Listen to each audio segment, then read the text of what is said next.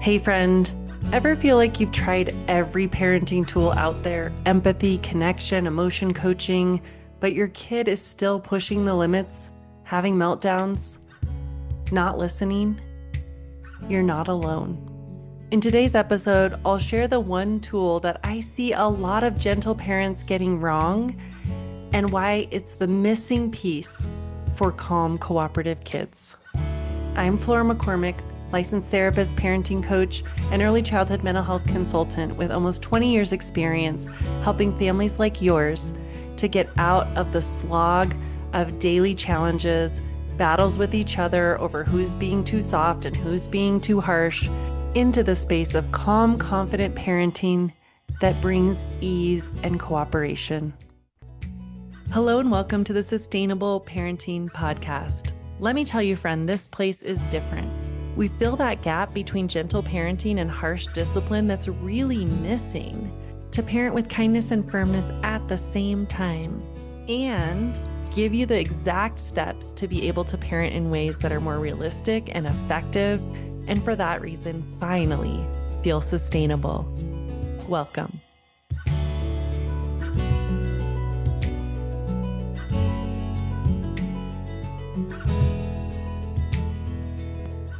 Today's episode was inspired by a recent parent that I worked with who also left a review. She said Flora was a game changer for our family. We initially sought help for our 4-year-old's sleep, but the most valuable outcome was learning to be a unified team as parents. Before my husband and I were frustrated and inconsistent, Flora was incredible at getting us on the same page. She didn't just give us a plan, she empowered us to communicate and create a consistent method we both believed in. Her compassionate and practical guidance led to immediate results and a much more peaceful home. We highly recommend her to any parents who need help working together as a team. Friend, if you'd like to leave a review to share how sustainable parenting has been impacting your life, I would be so grateful. It helps others to know what's possible in their families too, and you can do so easily by scrolling to the bottom of all episodes, clicking on that 5th star, and leaving a comment. Also, be sure you subscribe to the podcast so that you regularly get the downloads each week and don't miss a single tool and strategy to be parenting with more kindness and firmness at the same time, so parenting finally feels sustainable. Many gentle parents are missing this mark and ending up with partners going the opposite direction with a lot of authoritarian parenting styles that are also usually missing this mark, and that's why behavior isn't changing. With all of the efforts in the world around compassion, validating feelings, and supporting her child, it was not changing this nighttime battle cycle. Right before she got a hold of me, they had had a battle of 2+ hours of the child screaming, debating, bargaining, begging, one more drink, mom, one more hug, mom, please, please, please, come lay next to me. And then when she didn't get what she wanted in protest, banging on the door of her sister, who is a 1-year-old, waking her up, causing such a scene, causing so much anger and frustration that the parents were not only battling with her, but started battling with each other over one being more gentle, one being more harsh, and all the frustration of neither approach moving the dial forward or changing this behavior so that everyone could just get to sleep. If this is you, friend, if you've experienced that with sleep, this is for you. Or repeating yourself 14 times a day, and one of you is trying to explain why the child needs to do something different, the other is being more harsh, this is for you. Or maybe you've been having moments of being super challenged with emotions by your child. And when they don't get the banana just right, it's been broken in half and they wanted it to be whole. They wanted to be able to walk through the door before you. And these moments lead to the child melting down and one of you trying to support verbally and coaching them and trying to listen to their feelings, but it continuing to escalate, and the other maybe getting harsh, and then both of you battling. This is for you. Or if you're someone who is frustrated that your child keeps doing very mischievous behavior that you have talked to them about, and you don't understand why they keep doing it, Even when you give a very rational, sensitive conversation or a more harsh, you got to do this differently conversation, this is for you. Many gentle parents are missing this mark and ending up with partners going the opposite direction with a lot of authoritarian parenting styles that are also usually missing this mark. And that's why behavior isn't changing. Here's what is being misinterpreted. There's a misunderstanding about gentle parenting. So let's back up. Gentle parenting is based on attachment parenting. Many people are familiar with the 5 attachment pillars, but if you aren't, let me explain them. First of all, they are to feel safety. The second is to feel attunement, that my caregiver aligns and can match me in what I'm feeling. The third is to feel comfort. The fourth is to feel delight. And the fifth is to feel supported in the unique self that you are. Now, a lot of attachment parenting that I see in practice ends up being focused on the last 4: attunement, soothing, delight, and a support of the unique self. These are absolutely so important. And the client was absolutely doing all of the things supporting these aspects in her child. But the first one is one that is often misunderstood: safety. Safety. What is safety? I think it's easy to think first emotional safety is that you're not yelled at, you're not called names, and absolutely that is true. But do you know what else is an equally important part of emotional safety? Predictability and consistency is a key element of predictability. This is the most underrated aspect of secure attachment. Often when I end up in a conversation with a gentle parent. First of all, they often interpret that gentle means being endlessly flexible. Now, I know you don't usually go into it thinking that, or if you were to have someone ask you, like, what are your values about gentle parenting? You wouldn't say, well, I just want to be flexible. But that's what it can end up being in practice.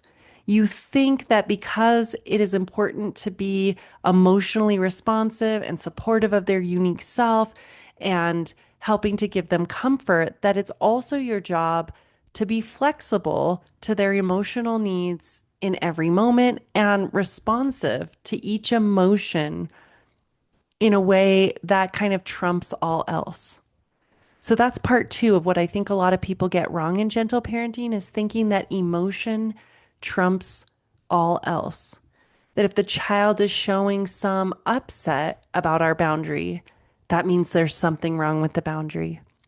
That if they are starting to cry when we have said that we're going to have this kind of boundary if they're getting out of their bed again, or that we are going to have this kind of boundary if they're screaming in our face, if they show upset, that we have to attend to that upset over all else.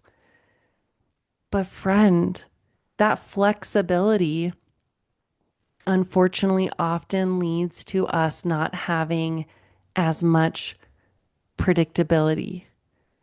And then when we're lacking that predictability, because we set a boundary, but then we're backing up and focusing on feelings and going a different direction, to the child, that actually feels like chaos. Kids thrive when the adults around them provide both warmth and structure. Hear that again, both warmth and structure. And what that involves then is shifting from thinking that the top things about our role as a gentle parent are to support emotionally and validate and soothe, and remembering one of the most underrepresented concepts in attachment science, which is the value of predictability and consistency in offering the child a sense of emotional safety. Predictability and consistency gives the child a sense of emotional safety. Brain science tells us that the child's developing brain craves patterns, predictable patterns.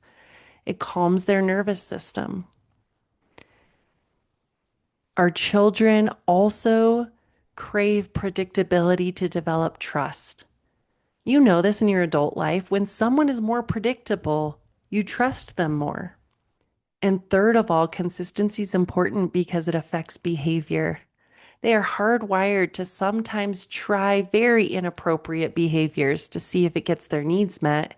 And if we take the bait and we are not seeing that for what it is, which is just an emotional upset, an emotional sense that it is hard to face this boundary, we're missing the mark. If we can't see that difference, like, wait, they're protesting because they need me to hold a clear container that clearly says with warmth and structure that, yep, this is the boundary. If I miss that that's what they're looking for, I get really lost and I end up going down roads that are ineffective. So how does this play out? Let's say you are the person that has had your child not listening when you have repeated yourself 14 times and you're frustrated and you're trying to just rationalize with them. The opposite in clarity and consistency that you're missing that's important for attachment is to just say, I love you too much to keep arguing with you about this. I love you too much. And so let me just be clear. If a toy is left out overnight, it's going to be scooped up and put on pause for 2 days. That's it. I'm just going to follow through on that because I love you too much to keep battling in conversation with you about this. That clarity and then the follow through is going to provide your child so much of a sense of trust, of clarity, of decreasing their anxiety, decreasing their upsets about battles of cleaning things up because you have been clear. If you are the parent who has had frustration that the child gets so emotional over the tiniest little things, an opportunity for clarity and consistency and predictability would be to set a boundary with yourself. I'm not going to keep telling you you have to stop crying. You have to quit getting so emotional about this. I am going to make a plan. You know what? In a moment like this, I know that your brain is just offline and I'm going to give you space or a silent hug. If you want more about that, check out my episode on the process I call reset. Episode 37, How to Help a Child Reset Instead of Timeout.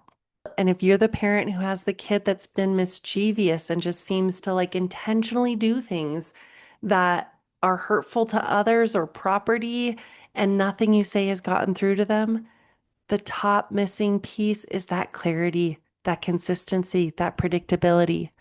I'm not going to overly explain myself. I'm not going to lose it and yell at you. I am going to follow through in some way that we agree upon. You know what?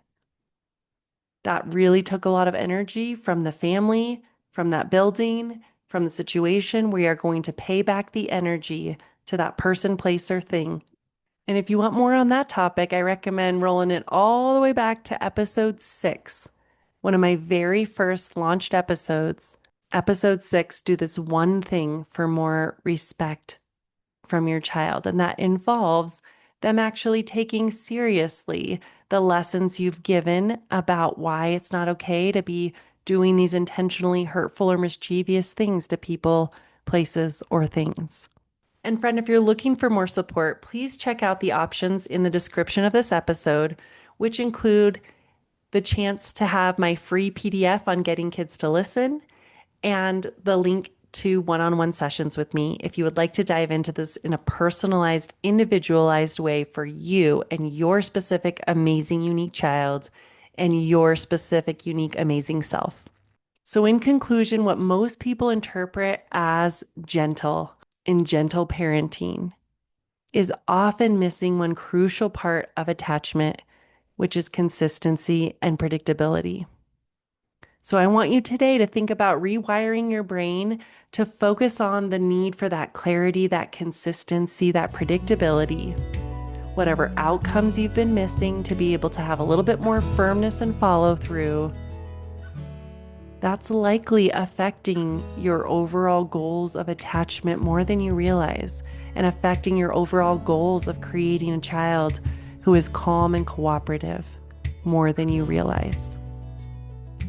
So this week, I invite you to focus on clear routines, predictable follow through, and doing so with a tone of kindness and firmness at the same time.